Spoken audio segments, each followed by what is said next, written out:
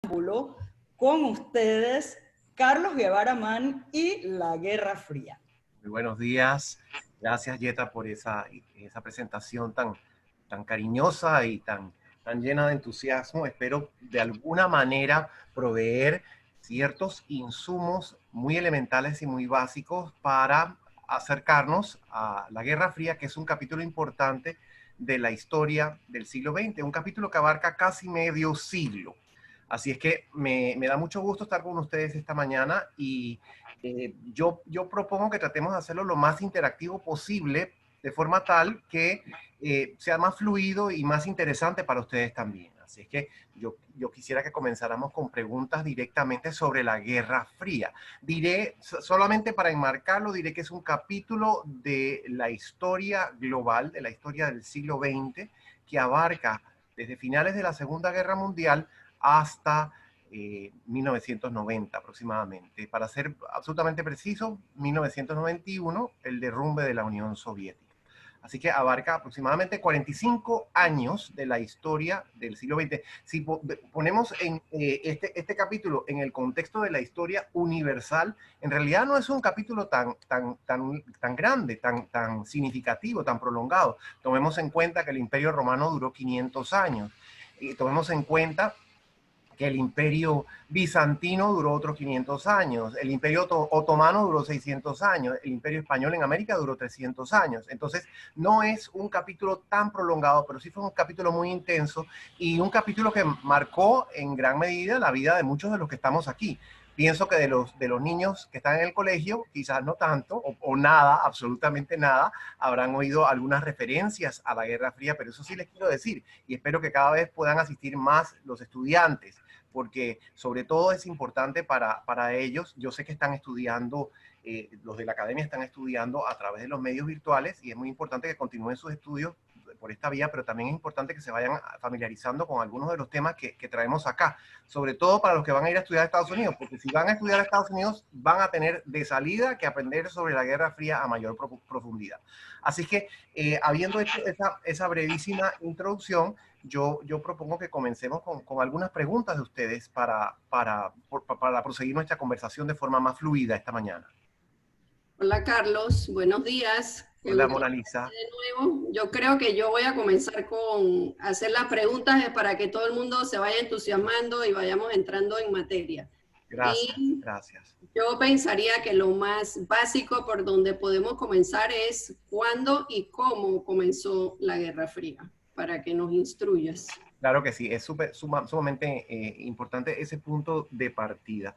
Yo comenzaría por decir que la Guerra Fría no fue una guerra convencional en el sentido en que los dos grandes contendientes se enfrentaron en el campo de batalla. La Guerra Fría fue una rivalidad abierta entre dos superpotencias, Estados Unidos y la Unión Soviética, pero fue una rivalidad restringida, una rivalidad que se escenificó en el ámbito político, en el ámbito económico y en el ámbito propagandístico, entre estas grandes potencias directamente y a través de otros países, a través de lo que se conoció como guerras subsidiarias, sí hubo enfrentamientos, pero no directos entre ambos países. Y estos enfrentamientos, conocidos como guerras subsidiarias, vamos a ver varios de ellos en el transcurso de la mañana, a mencionar algunas de estas guerras subsidiarias en el transcurso de la mañana. Varias de estas guerras subsidiarias fueron muy sangrientas y muy desastrosas y muy terribles, pero en términos de enfrentamientos bélicos directos entre las dos superpotencias, eso no hubo en los 45 años de la Guerra Fría. Pregunta Mona Lisa, ¿cuándo y cómo comenzó? Bueno, para entender los orígenes de la Guerra Fría tenemos que remontarnos al final de la Segunda Guerra Mundial. Y la Segunda Guerra Mundial fue nuestro tema de la semana pasada. Sabemos que la Segunda Guerra Mundial, esto lo tratamos muy someramente porque no hubo suficiente tiempo la semana pasada. La Segunda Guerra Mundial termina formalmente el 2 de septiembre de 1945, cuando se firma el Tratado de Paz. Pero de hecho ya había terminado en agosto. Terminó con el bombardeo atómico por Estados Unidos a Japón. como sabemos perfectamente, Estados Unidos bombardeó las ciudades japonesas Hiroshima y Nagasaki, lo que produjo como resultado la rendición incondicional de Japón el 15 de agosto de 1945. Y a ese momento tenemos que remontarnos para entender o para ubicar el inicio de la Guerra Fría, porque algo particular de la Guerra Fría es que comenzó inmediatamente después de la Segunda Guerra Mundial. Tan pronto termina la Segunda Guerra Mundial, comienza inmediatamente la Guerra Fría. Hay algunos hitos interesantes y la verdad es que son hitos que están documentados, así que esto es lo bueno, podemos ir y recurrir a estos documentos para estudiar los orígenes de la Guerra Fría. Yo diría que quizás el primero de ellos es un artículo que escribió nada menos que George Orwell, el gran escritor inglés, autor de Animal Farm y autor también de 1984, esa novela que no tiene desperdicio, sobre todo en esta época. Entonces, George Orwell, que era un escritor muy prolífico, escribe un artículo en un periódico que se llama Tribune, que se llama You and the Atom Bomb. George Orwell era un hombre muy lúcido y él avisoró los peligros que se cernían sobre el mundo a partir del uso del uso no, porque se usó nada más que en Japón. No estoy minimizándolo, fue una cosa horrorosa, pero hasta ahora nada más ha habido ese uso de armas atómicas. Pero lo que quiero decir es que Orwell avisoró los peligros que se podían cernir sobre el mundo, vamos a ponerlo de esa manera, si se utilizaba o si se entraba en una carrera por el control y el desarrollo, control y uso de las armas atómicas. Entonces escribió este artículo, You and the Atom Bomb, y allí es cuando por primera vez utiliza en inglés el término Guerra Fría, Cold War. Lo toma del francés, porque en francés existía ya el concepto de la Guerre Froide, y él lo abarca al inglés. Era un hombre cultísimo, de una vasta cultura, y además un hombre de muchísima lucidez, y dice, bueno, tenemos este peligro ante el mundo a partir de lo que acaba de suceder en Japón. El estallido atómico con que Estados Unidos puso fin a la Segunda Guerra Mundial. Posteriormente, en febrero de 1946, y esto es bien importante para los estudiantes, porque como dije, cuando vayan a Estados Unidos a estudiar van a tener que tomar una clase de ciencia política o más, y si toman clases de política exterior de Estados Unidos, los van a poner a leer The X Telegram. The X Telegram, el telegrama X. Es enviado desde la legación de Estados Unidos, en la Embajada de Estados Unidos en Moscú, y escrito, pues en ese momento no se sabía quién era, porque no estaba, pues era un asunto confidencial, pero el autor se llama George Kennan y era un funcionario de la embajada, un hombre brillante, inteligentísimo, brillante, que se dio cuenta enseguida de cuál era la situación. Y lo puso en blanco y negro y dijo, aquí la Unión Soviética va a tratar de afianzarse, va a tratar de expandirse, y la única política que puede tener Estados Unidos es la política de contención. Ese es The X Telegram, que se escribió en febrero, o The Long Telegram, perdón, porque se llamaba The Long Telegram. Después se convirtió en un artículo que se publicó en Foreign Affairs, que está disponible también, y el artículo estaba firmado por Mr. X, porque como funcionario de la diplomacia estadounidense, él no lo podía firmar. Pero logró que Foreign Affairs se lo publicara con el seudónimo de Mr. X. Y el artículo fue muy influyente en los círculos de toma de decisiones de Estados Unidos. The Long Telegram en febrero de 1946. Entonces, en marzo de 1946, marzo de 1946, ¿quién hace una gira por Estados Unidos? Nada menos que Winston Churchill.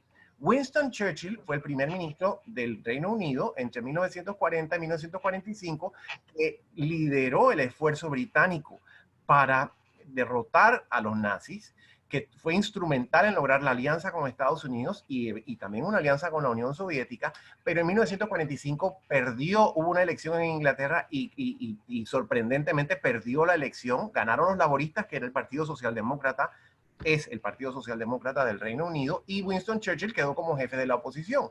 Y en su calidad de un político renombrado, de estatura mundial y de jefe de la oposición, hizo una gira por Estados Unidos y dio un discurso en en que habló acerca de la cortina de hierro.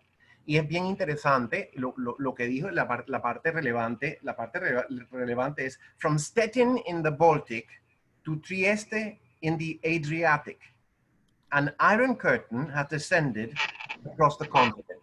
¿Qué quería decir él con esto? Esto fue, como dije, en marzo de 1946, o sea, meses después de del final de la Segunda Guerra Mundial. Ya en marzo de 1946, Churchill decía: el continente europeo o la parte continental de Europa ha quedado dividida a partir de esta cortina de hierro que ha descendido desde Stettin, que es una ciudad en el Báltico, en el mar Báltico, hasta Trieste, que es una ciudad en el océano Adriático, en el mar Adriático, y entre ambas ciudades, entre ambos puntos ha descendido esta cortina de hierro. Lo que queda al este de esta cortina de hierro ha quedado bajo la influencia y bajo el control de la Unión Soviética.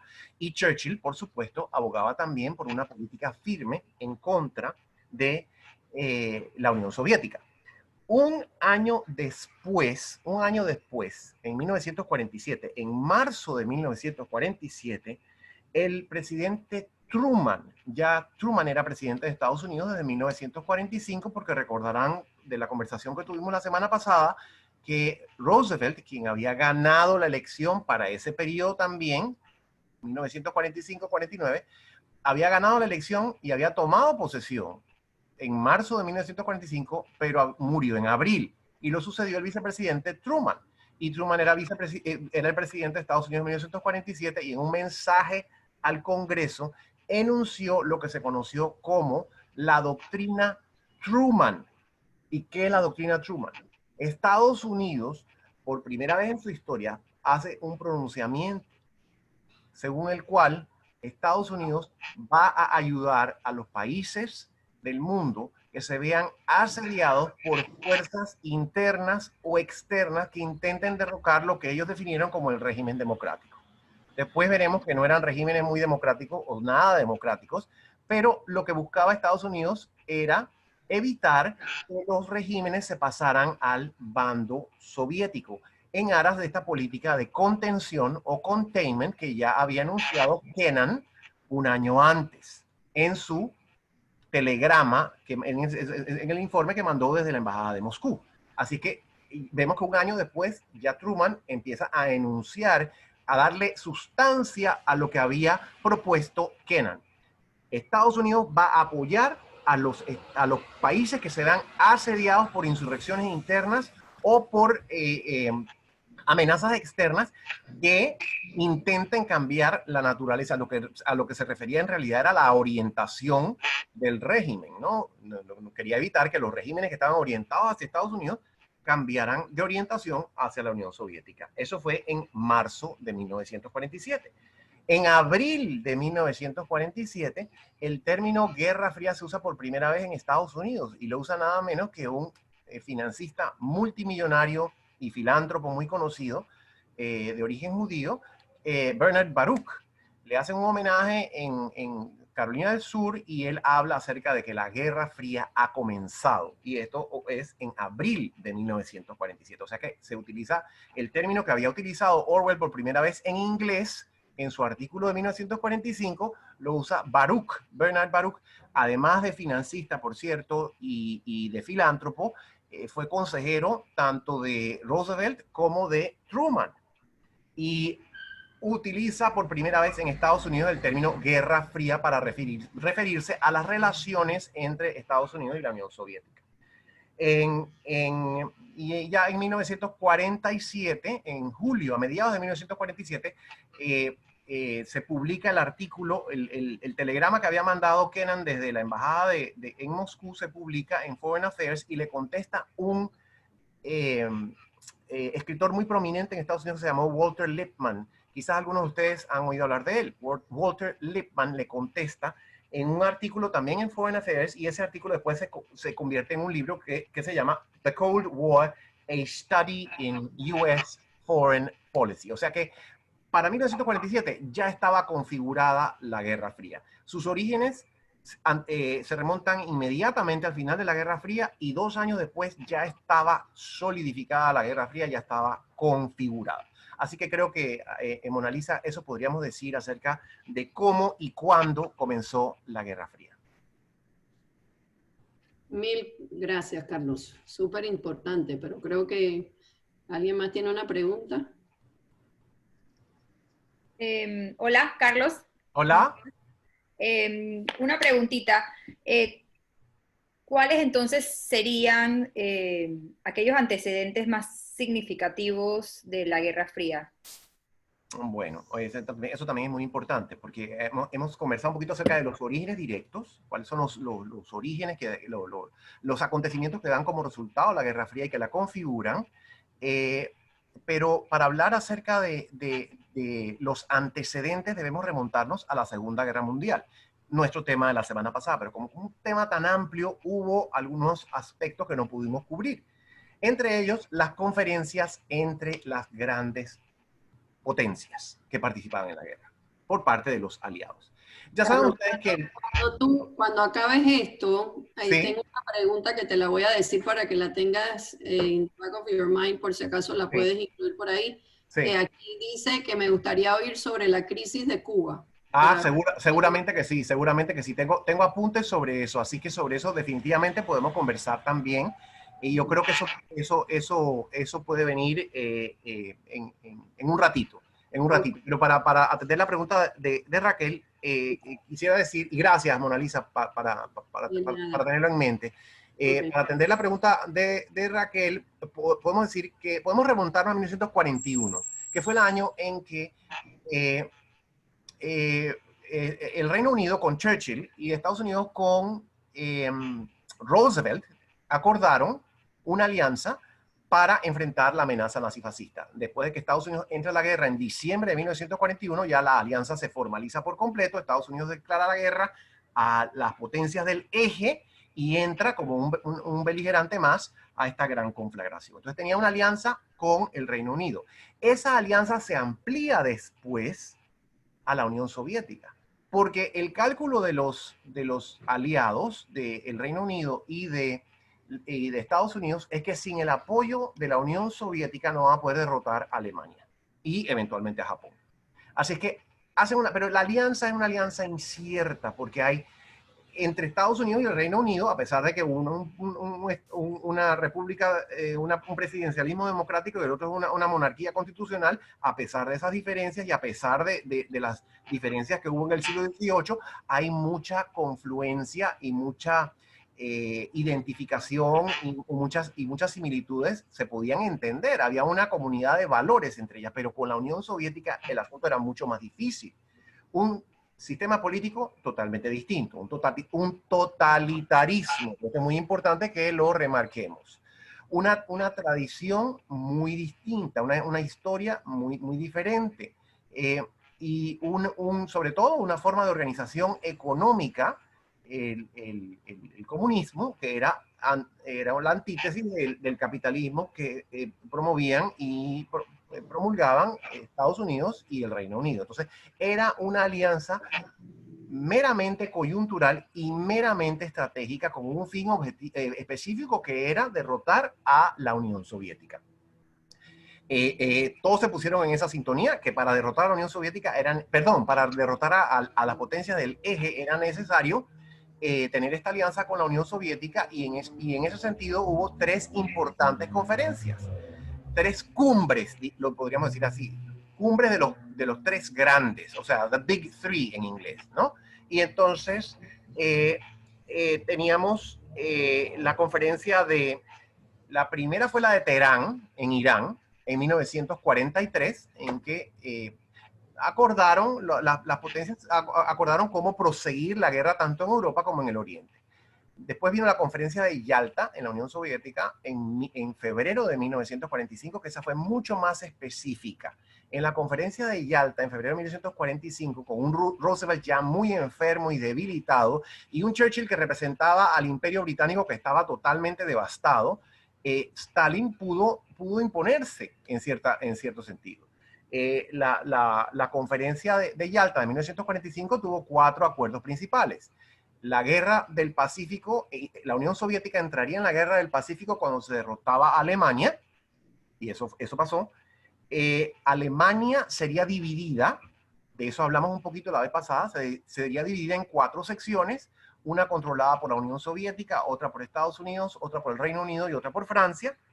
Se crearía la se crearía las Naciones Unidas, que ya Roosevelt había hecho esa propuesta años atrás, y la Unión Soviética participaría, y algo muy clave y muy crucial: ¿cuál sería la suerte de Europa del Este? Recuerden ustedes que en Europa del Este había varios estados que habían sido avasallados o por los nazis o por los soviéticos, en el caso de Polonia y de los estados del Báltico. Entonces, el acuerdo para los países, para Europa del Este, el acuerdo era que se permitiría elecciones libres en todos los estados, excepto en Polonia también, pero la Unión Soviética rehusó devolver algunos de los territorios que había adquirido en 1939 en Polonia, porque el argumento era que Alemania había utilizado a Polonia como corredor para llegar a la Unión Soviética y que ellos querían evitar eso, y para eso necesitaban quedarse con cierto territorio polaco. Y como dije, un Roosevelt debilitado y un Churchill, Roosevelt debilitado físicamente, y Churchill, que representaba una potencia que estaba en decadencia, tuvieron que acceder a estas demandas de Stalin, que en realidad lo que hicieron fue partir el continente europeo y establecer una zona de influencia para la Unión Soviética en el este de Europa, que fue de lo que Churchill se quejó en 1946 en ese discurso que dio en Estados Unidos, que hablé de la cortina de hierro. Así que esto se acordó, más o menos se acordó en Yalta en 1945, y después el otro antecedente importante es la conferencia de Potsdam, que es el nombre del Palacio Real en Berlín, la conferencia de Potsdam entre Churchill, Stalin y Truman, porque ya había muerto Roosevelt. Esto fue entre julio y agosto de 1945, cuando se acuerda cómo se va a culminar la guerra y se dan los toques finales a la ocupación de Alemania por parte de las 4 potencias. En los años siguientes, la Unión Soviética solidificó su control sobre Europa del Este, no permitió que se restableciera el gobierno polaco en el exilio. Inicialmente se comprometió a permitir elecciones libres, pero en ninguno de los países de Europa del Este se permitieron elecciones libres. De hecho, lo que hizo Stalin fue apoyar a los movimientos comunistas en todos estos países para que se tomaran el poder, y eventualmente surgieron en Europa del Este los estados de Polonia, Alemania Oriental, Checoslovaquia, Hungría, Rumanía y Bulgaria, Albania y Yugoslavia, aunque Yugoslavia hay que hablar de eso. Yugoslavia inicialmente estaba alineada, después se zafó. Pero estos estados que acabo de mencionar surgieron resurgieron después de la Segunda Guerra Mundial, pero bajo la dominación, porque era una dominación, bajo la dominación de la Unión Soviética. Así que toda esa zona, incluyendo todos esos estados, eran un área de influencia de la Unión Soviética, constituida por unos estados satélites.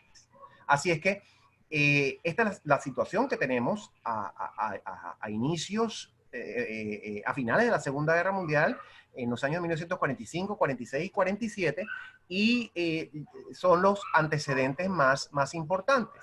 En resumidas cuentas, una alianza coyuntural entre 2 bloques que no tenían afinidad ideológica, no tenían afinidad política, no tenían afinidad económica, y que estaban enfrascados en una competencia de poder. Un sistema totalitario en el este de Europa, sobre todo en la Unión Soviética, que quiso abarcar la parte adyacente a la Unión Soviética, quiso abarcarla en aras de su protección y en aras de su dominación o de su plan de dominación, y esto produjo evidentemente una confrontación con el otro bloque. Así que estos diríamos que son los antecedentes más importantes de la Guerra Fría. Gracias, Carlos. Yo tengo una pregunta sobre cómo funcionó la Guerra Fría, cómo eran las dinámicas en ese momento, pero antes de contestarla quiero agregar que tengo a Frank preguntándonos sobre, él quiere saber un poquitito sobre los componentes del bloque comunista, que cuál es la diferencia entre los diferentes estados dentro del bloque comunista y el rol que tenían, y sobre todo le interesa que le hables de las diferencias entre el comunismo soviético y el comunismo chino. Y Zoila nos pregunta, nos dice, ¿considera usted que todavía estamos viviendo un estilo de Guerra Fría con los actuales acontecimientos internacionales? Te dejo esas tres y tú decides el orden en que las quieras desarrollar. Muy bien, bueno, hablemos primero acerca de las dinámicas y después comentemos un poquito acerca de los otros temas que me parecen sumamente importantes, los otros dos temas muy importantes. En primer lugar, las dinámicas. Como dije inicialmente, la Guerra Fría se caracterizó por una rivalidad entre dos superpotencias. Las dos superpotencias que emergieron de la Segunda Guerra Mundial fueron Estados Unidos y la Unión Soviética. El Reino Unido, que inicialmente que comenzó la guerra en una posición mundial bastante desarrollada, perdió muchísimo a partir de la Segunda Guerra Mundial, perdió muchísima cancha, diríamos, porque la guerra fue devastadora para el Reino Unido.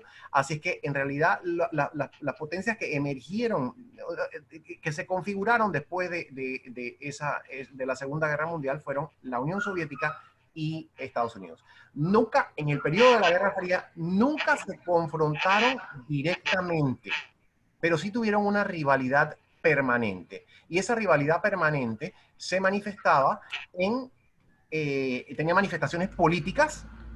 Por ejemplo, había confrontaciones continuas entre ambos estados en las Naciones Unidas, sobre todo en el Consejo de Seguridad. Se acusaban mutuamente en el Consejo de Seguridad de agresiones, de violaciones a la soberanía de los estados, de injerencia indebida en la política interna de otros países. Entonces, en los distintos foros internacionales se constituyeron en escenarios de enfrentamiento entre ambas superpotencias. Había también un aspecto económico y propagandístico, evidentemente. Ambos países ambas superpotencias estaban enfrascadas en una guerra propagandística que incluía infundir terror en su propia población y en las sociedades, en los países que estaban alineados con ellas, acerca de las amenazas que podían provenir de la otra superpotencia. Y un ámbito, quizás el principal de enfrentamiento entre ambos, fue el ámbito armamentístico. Entre ambas potencias surgió una carrera armamentística muy peligrosa que, como incluía ya el desarrollo de armas atómicas, se convirtió en verdaderamente una amenaza mortal para el mundo entero. Así es que quizás el campo militar o el campo armamentístico fue el de mayor consecuencia para el mundo. Y como un desenlace o como una ramificación de este aspecto militar, como una ramificación de este aspecto político también, hubo lo que se conoció como guerras subsidiarias. Entonces, la primera guerra subsidiaria de la Guerra Fría podría ser la de Grecia. No recuerdo ahora si mencioné lo de Grecia o no en el marco de la doctrina Truman. Truman enunció su doctrina en 1947 a partir de una amenaza que confrontaba a Grecia. Grecia era una monarquía en ese momento, estaba alineada al oeste, tenía nexos muy importantes con el Reino Unido, pero el Reino Unido ya no tenía capacidad de seguir apoyando a Grecia, y Grecia se veía confrontada en ese momento por una guerrilla comunista, porque saben ustedes que Grecia también está en Europa del Este, y entre los planes de Stalin estaba acaparar a Grecia también. Entonces, Truman dijo hasta aquí y empezó a apoyar al gobierno de Grecia en su guerra interna contra el grupo comunista que quería tomarse el poder. Lo lograron derrotar con mucho derramamiento de sangre y mucho sufrimiento. Y al mismo tiempo en Turquía, porque el pronunciamiento de Truman en 1947 abarcó no solo a Grecia, sino también a Turquía. Entonces este fue el primer enfrentamiento entre ambas potencias, pero fue un enfrentamiento subsidiario. Estados Unidos apoyaba al gobierno de Grecia, la Unión Soviética apoyaba a los subversivos en Grecia. Y ese fue uno de los modelos o una de las dinámicas de la Guerra Fría, que se volvió a escenificar en muchos otros lugares. Por ejemplo, en Vietnam.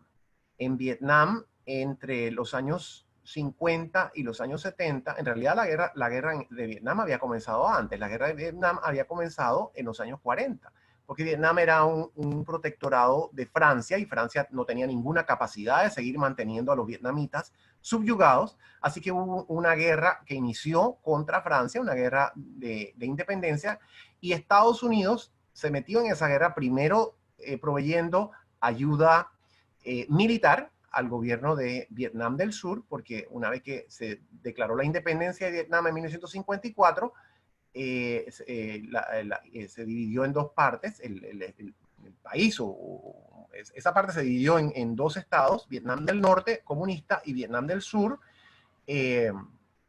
alineado con Estados Unidos, y Estados Unidos empezó a apoyar a Vietnam del Sur con ayuda militar y con asesoría. Y eventualmente en los años 60 Estados Unidos cometió el gran error de involucrarse en esa guerra que tuvo que retirarse en los años 70 porque no lograban nada. Entonces, el modelo fue ese. Apoyo a uno de los bandos por una potencia, mientras la otra potencia apoyaba al otro bando, pero no se enfrentaban directamente, y al mismo tiempo esa carrera armamentista que fue sumamente peligrosa y que, como dije, abarcó el desarrollo de armas nucleares de una forma muy alarmante y muy exponencial. Eso para hablar un poquito acerca de las dinámicas. Otra pregunta tenía que ver con los bandos, o más específicamente con el bando comunista. Bien. La superpotencia en el bando comunista era la Unión Soviética. La Unión Soviética, que fue el Estado que surgió a partir de la Revolución Rusa de 1917. La Unión de Repúblicas Socialistas Soviéticas se funda en 1922. Y Stalin, que es uno de los personajes más nefastos de la historia, se convierte en el líder de la Unión Soviética, comenzando alrededor de ese momento.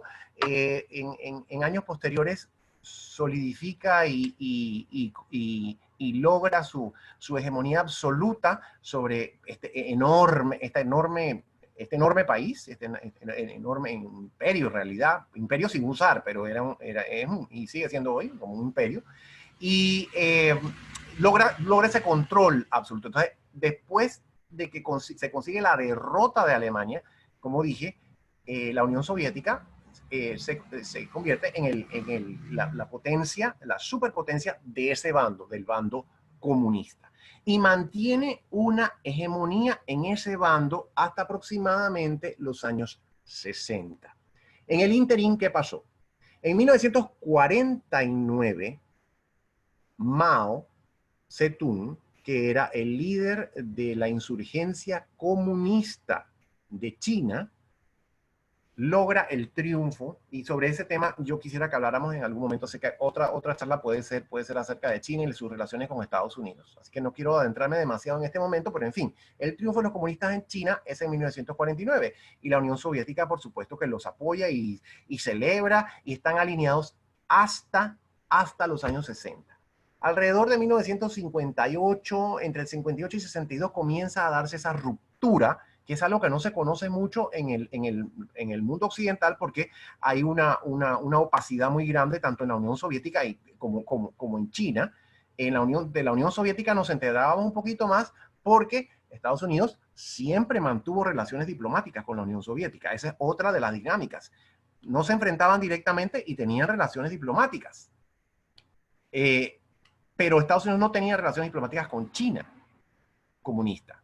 Así que había menos posibilidad de enterarse de lo que pasaba allá. En la Unión Soviética había un poquito más de posibilidad de enterarse de lo que sucedía. Y por eso esa ruptura no es tan conocida, pero ellos sí tuvieron esas diferencias muy importantes, al punto que en 1969 la Unión Soviética y China tuvieron una brevísima guerra, una guerra fronteriza, un enfrentamiento fronterizo, pero allí se dio esa ruptura. Entonces, China surge como una segunda opción, digamos, o como una segunda potencia en el bando comunista, sin alcanzar el poderío bélico que tiene la Unión Soviética, por supuesto, pero se convierte sale de la órbita de Moscú, es lo que quiero decir. Las diferencias entre el comunismo soviético y el comunismo chino básicamente tienen que ver con que el comunismo soviético promovía mucho más la industrialización y el comunismo chino era de orientación más agraria. O sea, era un movimiento particularmente mucho más campesino que el comunismo soviético, pero a fin de cuentas, las diferencias eran sobre todo de tipo hegemónico. Las diferencias, había algunas diferencias ideológicas, como dije, Mao tenía su librito, Lenin tenía el suyo, no coincidían en todo, sin embargo, las diferencias más importantes eran diferencias hegemónicas. China no quería estar supeditada a la Unión Soviética. China había salido de más de un siglo de humillación por parte de las potencias de Europa y Estados Unidos. Eso, como digo, lo veremos si tenemos la oportunidad de hablar de las relaciones entre Estados Unidos y China, como me gustaría. Y China no tenía intenciones de seguir subyugada, así es que se resistía a esta influencia de la Unión Soviética, y por estas diferencias de tipo hegemónico o de tipo geopolítico fue que se dio esa ruptura, sobre todo a partir de los años 60. Había otra preguntita sobre la Guerra Fría en la actualidad. Una Guerra Fría que comparta las dinámicas que había a partir de 1945 y hasta 1990, no me parece que esa es exactamente la situación que hay en el ámbito internacional en estos momentos. Me parece que quizás entre Estados Unidos y China hay una rivalidad, quizás no, definitivamente entre Estados Unidos y China hay una rivalidad muy importante, una rivalidad que se escenifica sobre todo en el campo económico y en el campo comercial, también en el campo político, pero no creo que se acerca a la intensidad que adquirió la rivalidad entre la Unión Soviética y Estados Unidos entre 1945 y 1990. Definitivamente que sí existe esa rivalidad. Ambas naciones, tanto Estados Unidos como China, aún no han llegado, y esperemos que no lleguen, a una confrontación militar. Ambos países, parte de esa rivalidad también tiene que ver con el desarrollo militar, no cabe la menor duda de eso, pero yo no creo que tiene la misma intensidad que tenía la rivalidad entre la Unión Soviética y Estados Unidos en los años de 1945 a 1990. Gracias, Carlos. Sí. De verdad que excelente explicación. Yo creo que todos estamos fascinados con toda esta información. Para comprender mejor el periodo histórico que se vivió en ese momento, ¿en qué etapas la podemos dividir, la Guerra Fría? Si hay alguna manera. Sí, muy interesante y siempre es conveniente tratar de dividir los periodos históricos o de clasificarlos en distintos periodos o etapas para comprenderlos un poco mejor. Y aquí es donde, aquí había una pregunta antes sobre la crisis de los misiles, así que aquí podemos insertar esa pregunta para comprenderla un poco mejor. Hay una etapa inicial que va, como dije, de 1947 a 1962. Son como 15 años, y son 15 años de mucha intensidad y mucha preocupación y mucha rivalidad.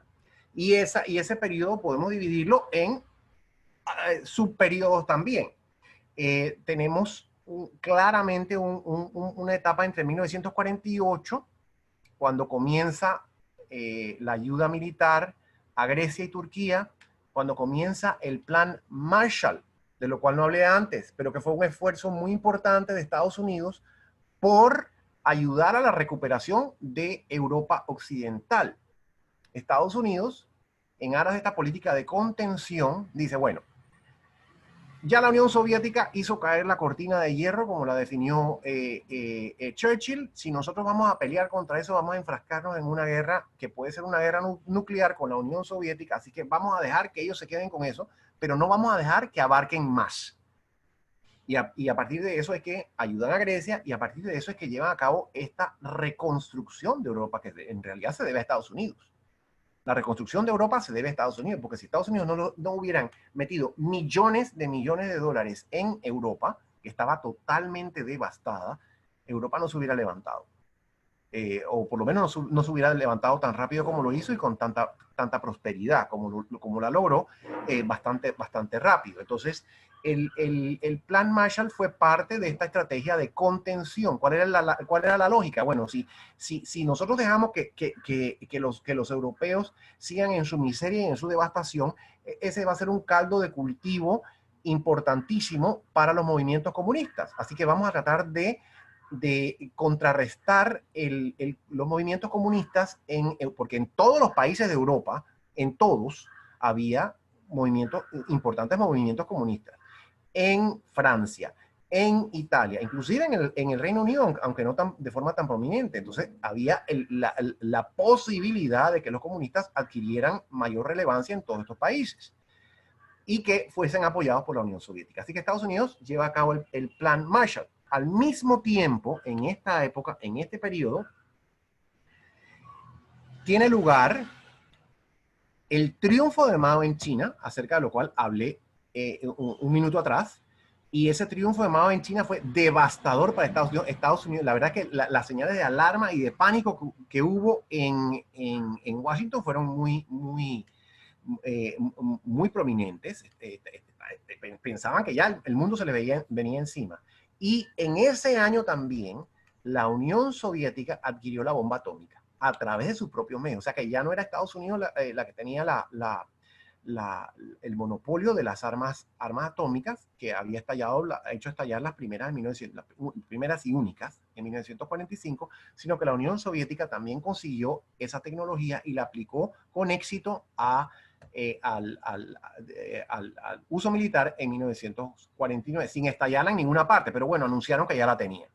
En 1950 estalló la guerra de Corea, que fue otra de las guerras subsidiarias, como dije. No se enfrentaron directamente las dos superpotencias, pero Estados Unidos sí participó directamente. Se suponía que era una guerra librada por las Naciones Unidas. El Consejo de Seguridad de las Naciones Unidas autorizó esta intervención de las Naciones Unidas en Corea. ¿Por qué?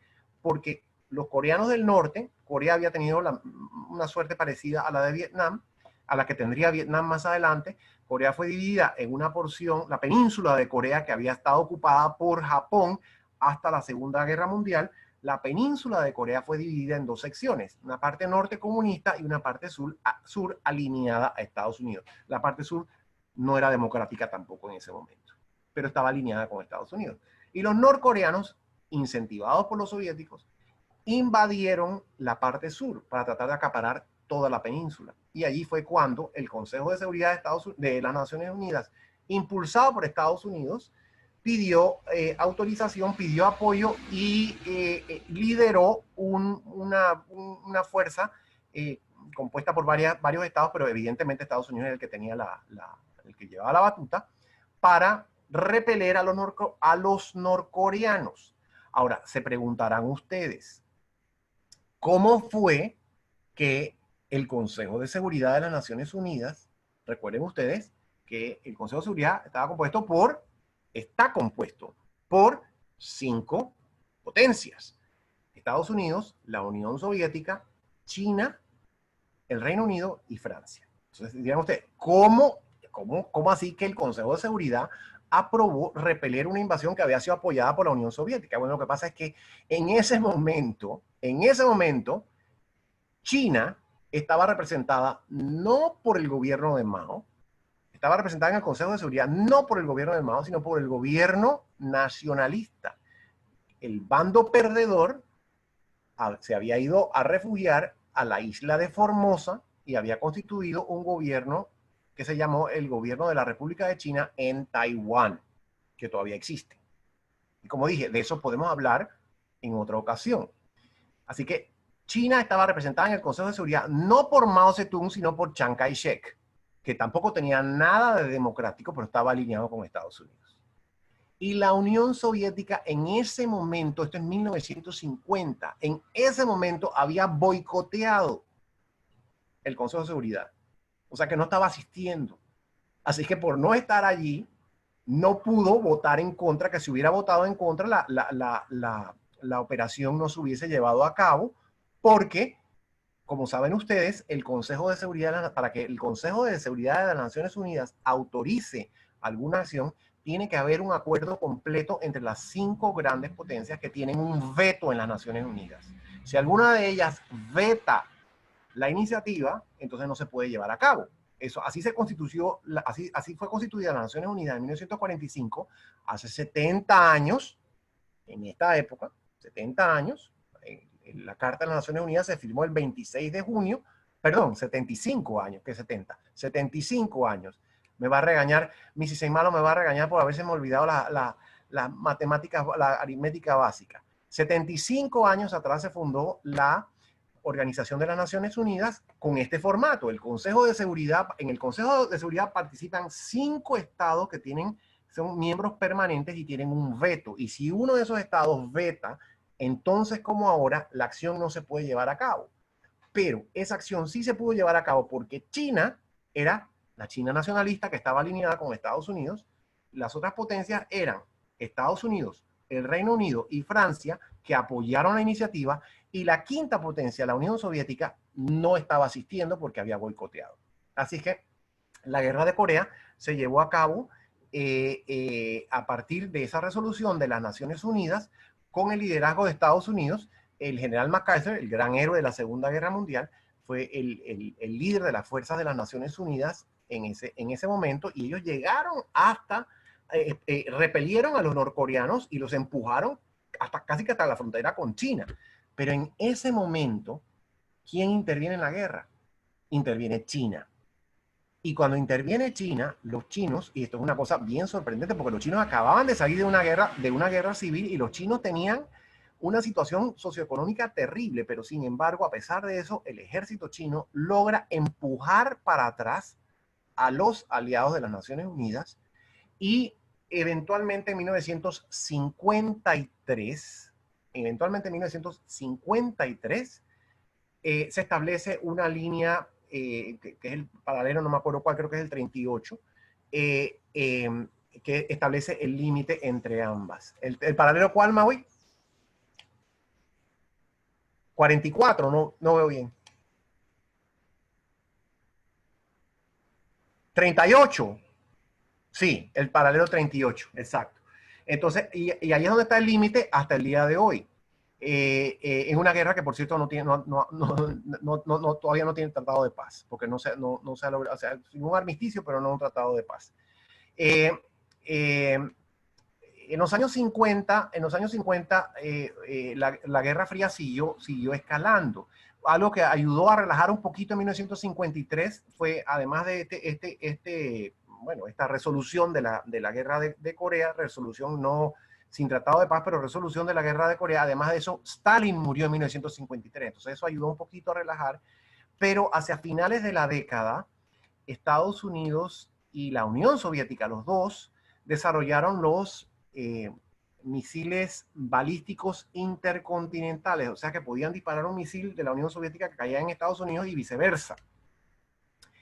Y en el medio de esa carrera armamentística, ya que tenía que ver con los misiles intercontinentales, ¿qué pasó? Algo que también aterrorizó a Estados Unidos y que tuvo una influencia muy, pero muy importante en la política exterior de Estados Unidos hacia América Latina, incluyendo Panamá, en los años 60. ¿Qué pasó en 1959? La Revolución Cubana. Y esto espantó a Washington. Entonces, Estados Unidos, que no tenía, sospechaba de las inclinaciones marxistas de Castro, pero no tenía una certeza de esto, empezó a poner la proa al régimen hasta que Castro abiertamente se alineó con Moscú, con la Unión Soviética, y Estados Unidos en 1961 intenta lo que había intentado antes en Guatemala, que por cierto me gustaría que habláramos de esto la semana entrante, que habláramos de, porque esta es una de las intervenciones importantes de la Guerra Fría, y Mrs. Stein, que no sé si está por ahí, y Andrea también les resultará particularmente interesante este aspecto de la Guerra Fría. Estados Unidos llevó a cabo con éxito una operación encubierta, ni siquiera tan encubierta, pero en fin, se la llama así, una operación encubierta en Guatemala en el 54 para derrocar a un gobierno que ellos decían que era comunista, pero no era. Y ellos quisieron repetir algo parecido en Cuba, el régimen de Cuba, que sí era comunista, ¿no? El de Guatemala no era, pero el de Cuba ya estaba dando indicios de alineamiento claro, alineamiento con la Unión Soviética y de colectivización de la economía.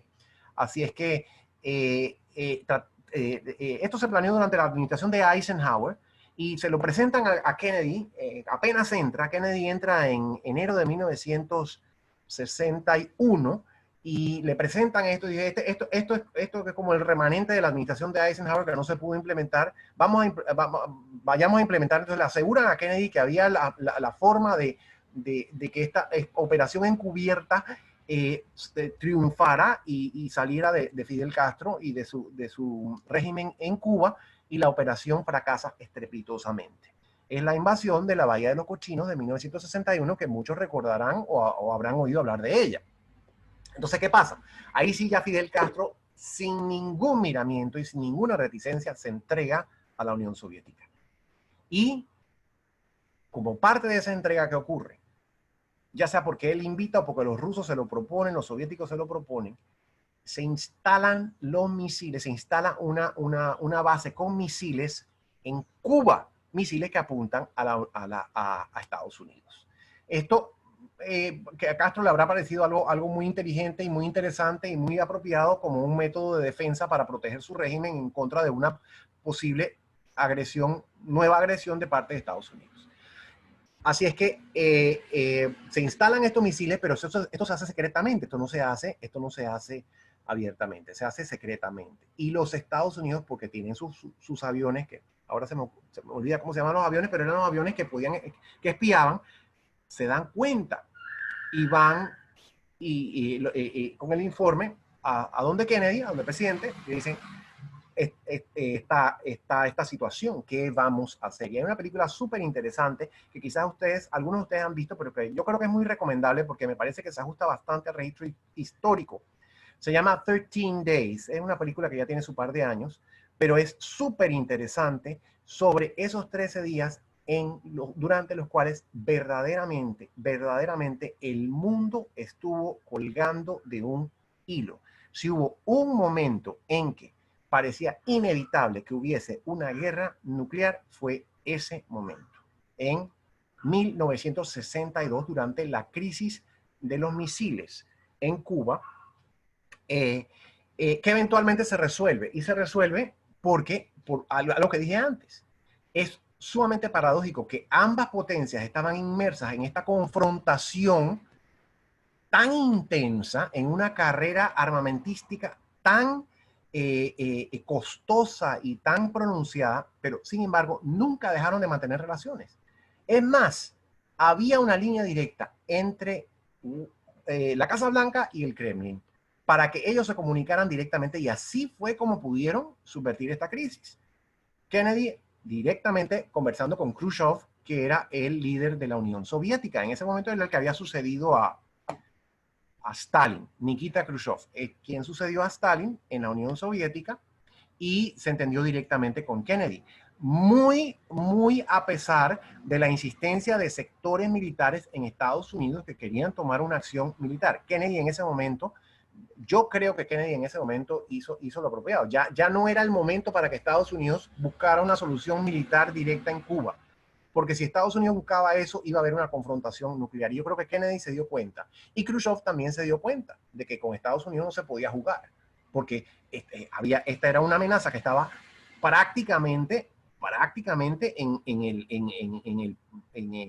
el límite con Estados Unidos. Pues la distancia entre Cuba y la costa de la Florida es muy reducida, se habla siempre de 90 millas, entonces Khrushchev comprendió que esto era inadmisible para Estados Unidos, así que acordó retirar los misiles, en tanto que Estados Unidos acordara un retiro de su presencia militar, no completo, ¿no? Pero un retiro de su presencia y su armamento militar en Turquía, que era algo que los soviéticos consideraban que los amenazaba a ellos. O sea, que aquí negociaron ellos directamente, sin tomar en cuenta a Castro de ninguna manera. O sea, a Castro se lo pasaron, ya ustedes saben por dónde, en esa negociación, porque Castro era algo mucho menor, pues era un subsidiario en esta confrontación entre las grandes potencias. Esa básicamente fue la crisis de los misiles de 1962, y a partir de eso ambas superpotencias se dieron cuenta de que necesitaban limitar o de alguna manera controlar la proliferación de armas atómicas. Así que en 1963 se firmó un tratado, el Tratado para la Prohibición de las Pruebas Atómicas, y en los años 70 iniciaron otras conversaciones para limitar también la proliferación y el uso de armas denominadas estratégicas. Ese fue el proceso conocido como SALT, S-A-L-T, en inglés significa sal, pero es el acrónimo que se usa en inglés, Strategic Arms Limitation Treaties, y hubo 2 de esos tratados en los años 70 para tratar de controlar un poquito esta carrera que se había salido de control y que, como dije, ya abarcaba armamento atómico que tenía a la humanidad al borde de un precipicio, al borde de un holocausto y de una tragedia de marca mayor.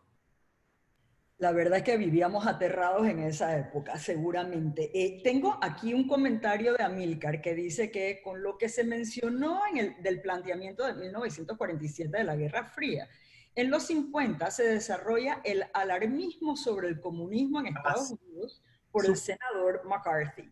Súper importante. Se denomina McCarthyism, y dice que quisiera saber si ese mismo alarmismo y mecanismos de vigilar la población se elevó a Panamá por la cercanía política entre ambos países o en Latinoamérica en general. Sí. Y quisiera, por el tema del espacio que nos queda disponible, saber cómo termina la Guerra Fría y efectivamente cuáles fueron las repercusiones de esto en nuestro pequeño país. Bueno, en 2 minutos no voy a poder, pero yo sé que no, pero ahorita y después le damos seguimiento. Sí, voy a tratar de resumir. Es importantísima la pregunta de Amílcar, a quien saludo, que es estudiante de Florida State University y se ha unido varias veces. Espero que otros estudiantes también se unan, porque, como dije, es importante que ellos se familiaricen con esta temática. Interesante, sobre todo, más que importante, interesante. Lo que se llamó The Red Scare, pero no fue el primero, porque hubo también un Red Scare, o sea, el temor rojo, el color que utilizaban los comunistas, ¿no? Entonces, el temor rojo, la primera fase de esto ocurrió después de la Primera Guerra Mundial, con la Revolución Rusa. Y después de la Segunda Guerra Mundial, en este contexto de la Guerra Fría, hubo un segundo Red Scare o temor rojo. Y fue mucho más intenso en Estados Unidos porque se desarrolló una dinámica absolutamente alarmista y nefasta, según la cual cualquier pronunciamiento, declaración, posición, exteriorización que de alguna manera fuese crítica de Estados Unidos, internamente en Estados Unidos, de alguna manera fuese crítica, era vista como un alineamiento con la Unión Soviética y como una posición que era enemiga de Estados Unidos. Y aquí, alguien que tuvo un liderazgo sumamente importante y muy nefasto en ese sentido fue el senador McCarthy, que no duró mucho, por cierto, porque murió al poco tiempo, pero que lideró una campaña, y la verdad es que hay que analizar, ese sería un capítulo de por sí, un capítulo, pero porque tuvo muchas ramificaciones, se persiguió a mucha gente, en Estados Unidos, y fuera de Estados Unidos también, pero en Estados Unidos se persiguió a mucha gente, se atropelló a muchas personas, Hubo hasta juicios por espionaje, algunos de ellos sí eran válidos, otros no eran tan válidos. En el caso de la pareja Rosenberg terminó en una ejecución, en la ejecución de ellos. Ellos adujeron su inocencia hasta lo último. Entonces fue un momento muy feo, esto es en los años 50, fue un momento muy feo dentro de Estados Unidos y algo que contraría la tradición liberal, la tradición de libertad y de derechos humanos que Estados Unidos proclama y pronuncia desde sus orígenes. Y en su política exterior también, porque Estados Unidos, y eso es interesantísimo, esto atañe al segundo aspecto o al tercer aspecto que mencionó Jetta. Cualquier posición que pudiese parecer contraria a Estados Unidos en el extranjero era vista inmediatamente como una posición a favor de la Unión Soviética. Y esto fue muy nefasto. Y esto nos afectó a nosotros en Panamá. Yo he visto uno tras otro los informes de la CIA de personajes panameños en los años 50 y 60, gente que ustedes jamás en la vida pudiesen asociar al comunismo internacional, calificados y catalogados en los informes de la CIA, en los informes que la CIA mandaba a Washington en esa época, como comunistas recalcitrantes. Recuerdo, por ejemplo, al doctor Carlos Iván Zúñiga, a quien considero yo un gran estadista panameño, socialdemócrata, pero para nada comunista, alguien partidario de la democracia, totalmente partidario de la democracia, que era descrito como un comunista, algo parecido a Mao Zedong, ¿no? Entonces, sí tuvo mucho, sí, eso fue muy, muy malo y muy peligroso, fue muy malo y muy dañino para los países, porque cualquier reclamo, Panamá, por ejemplo, tenía un reclamo histórico contra Estados Unidos por su presencia verdaderamente colonial en Panamá. Y Panamá, durante todo el siglo XX, a partir de 1904, reclamó un trato más justo y más correcto de parte de Estados Unidos. Y quienes en los años 50 y 60 hacían esas reclamaciones eran catalogados en Washington como comunistas a ultranza.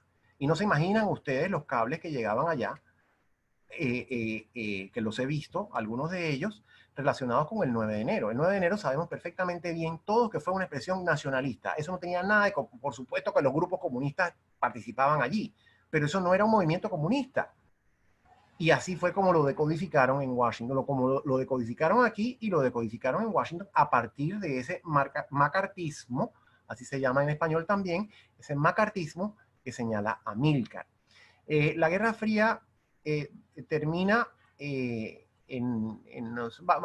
termina con el debilitamiento y el derrumbe de la Unión Soviética. La Unión Soviética, el modelo soviético, sobre todo el modelo económico soviético, se había estancado ya en los años 70. En los años 80 fue decayendo significativamente y para la Unión Soviética era imposible mantener la carrera armamentística con Estados Unidos porque no tenían la productividad y no tenían los recursos para hacerlo, para mantener al mismo tiempo su influencia en Europa del Este. A principios de los 80 comienzan movimientos de liberación, de afianzamiento de derechos humanos en Europa del Este, sobre todo en Polonia, pero en otros lugares también. Esos movimientos se van fortaleciendo a medida que la voluntad y la capacidad de la Unión Soviética de mantener el control sobre esos lugares se va reduciendo, al punto en que en 1989 ocurre algo que nadie esperaba, y fue la caída del muro de Berlín. De eso hablamos en un foro de FSU el año pasado al que pudieron asistir. Creo que Jetta y Mona Lisa asistieron con un grupo muy simpático de estudiantes que en ese momento eran de quinto año y ahora son graduandos. Sí. Nos complació mucho en ese momento recibirlos para hacer algunas consideraciones en torno a ese hito histórico. Si hay algún momento que simboliza el final de la Guerra Fría, es la caída del muro de Berlín, que lo que significa es el fin de la dominación de la Unión Soviética sobre los países de Europa del Este. La Unión Soviética dura todavía 2 años más, hasta 1991, cuando se proclama la disolución ya sucumbe la Unión Soviética, la disolución de la Unión Soviética, y en su lugar surgen 15 estados independientes, entre ellos Rusia, por supuesto, pero también los estados del Báltico que recuperan su independencia, Estonia, Latvia y Lituania, algunos otros estados adicionales en el este de Europa, como Ucrania, Bielorrusia, y otros estados en el centro de Asia, Kazajstán, Tayikistán, etc. Son 15 estados que son sucesores a la Unión Soviética, y la Unión Soviética, una entidad política que funcionó durante 70 años, entre 1922 y 1991, casi 70 años. Los impactos para Panamá fueron importantes también. Como dije, mucho de ese macartismo influenció las relaciones entre Estados Unidos y Panamá. Cualquier cosa que sucediera acá, cualquier reclamo justificado, porque los reclamos que tenía Panamá eran justificados acerca del trato, un trato colonial que nos daba Estados Unidos, cualquier reclamo que se produjera de parte del gobierno o del pueblo panameño era interpretado en Estados Unidos, en Washington, como una avanzada comunista. Eso por una parte. Hubo en los años 50 y 60, como parte de esta política de contención, muy influenciada por ese macartismo y muy influenciada por la Revolución Cubana, una política de apoyo a los ejércitos y a las fuerzas armadas de los países de América Latina. No solo de América Latina, en muchas otras partes, pero sobre todo en América Latina fue muy evidente. Y esa política lo que hizo fue fortalecer a los ejércitos de forma tal que uno tras otro se fueron tomando el poder en los países de América Latina en los años de 1960 y 1970. En 1977 solo había 3 países, de las 20 repúblicas americanas, solo había 3 que no tenían regímenes militares. O sea que eran 17 que tenían regímenes militares o regímenes dictatoriales con influencia militar, y 16 de ellos, la excepción era Cuba, ¿no? 16 de ellos estaban alineados con Estados Unidos. Así es que yo lo que sugeriría es que habláramos de eso en alguna otra sesión, porque se nos ha pasado el tiempo, pero sí fue una influencia importante. Y yo diría que de una manera bastante apreciable, el régimen militar, que fue muy nefasto para Panamá, el régimen militar que tuvimos entre 1968 y 1989, fue en alguna medida importante resultado de esa Guerra Fría y del la política de fortalecer a los ejércitos de América Latina como parte de esa estrategia de contención que surgió en 1946-47 en los orígenes de la Guerra Fría. Maravillosa exposición, un aplauso a todos. Gracias. Para nuestro querido Carlos, que de verdad hace un trabajo admirable. Gracias. En mantenernos con información importante del pasado, y seguramente también vamos a hablar de la realidad que estamos viendo. Una cosa. Sí, claro, tía Maui. El avión ese espía se llamaba U-2. Eso, gracias. Y el que volaba por Cuba despegaba de Howard. Yo lo vi despegar. Volaba tan alto y tenía las alas tan largas que le tenían que poner un patín al final de las alas para despegar, porque estaban cargadas de combustible. Iban rozando el piso. Interesantísimo ese avión. Sí, y ese fue el que descubrí, nada más que para contar. En Rusia, el piloto se llamaba Gary Powers y lo tuvieron preso por a long time.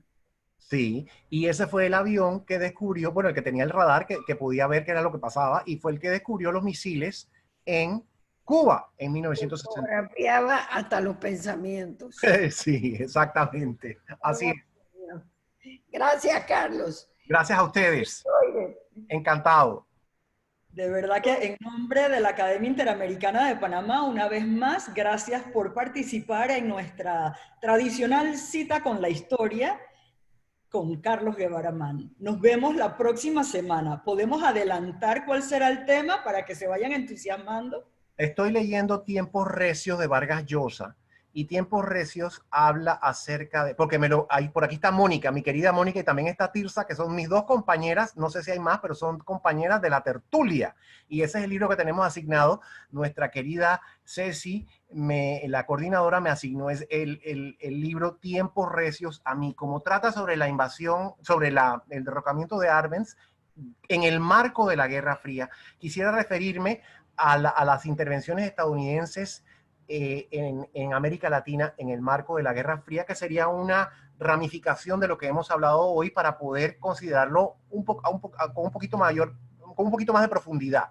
Así es que si están de acuerdo, me gustaría poder hablar de eso la semana Me entrante. parece genial. Genial, entonces lo anunciamos, esperen el enlace y nos vemos la próxima semana. Gracias. Chao. Hasta luego, gracias. Por favor, incluyanme a Carlos Alfredo la próxima semana. Claro que sí, tía Maui, invitadísimo, invitadísimo y todo el mundo puede regar la voz. Chao. Chao.